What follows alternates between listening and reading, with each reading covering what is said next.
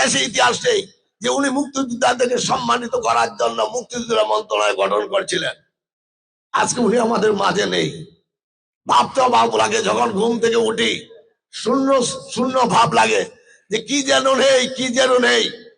আজকে যখন ফজর নামাজের পর খবর পেলাম আমাদের মাটি মানুষের নেত্রী বেগম খালেদা জিয়া আমাদের মাঝে নেই, তখন বারকান্ত হৃদয় চোখ থেকে পানি আপনা আপনি এসে পড়েছিল।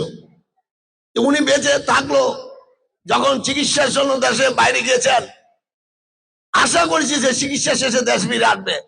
যখন অসুস্থ হয় হসপিটাল ভর্তি হয়েছিলেন, তখন ভেবেছিলাম সুস্থ হয় বাড়ি ফিরে যাবে, কিন্তু এখন আর কি আশা করব, সে আশা তো নেই।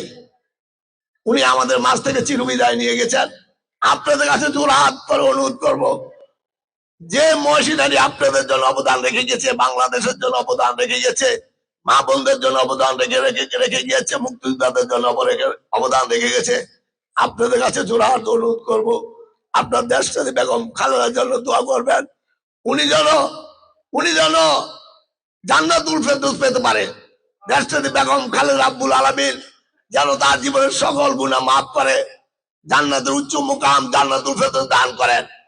আপনারা দোয়া করবেন তার এই সুখকে যেন তার জ্যেষ্ঠ পুত্র আমাদের রাজ্য এবং বিএনপির ভারপ্রাপ্ত চেয়ারম্যান জনতা তারেক রহমান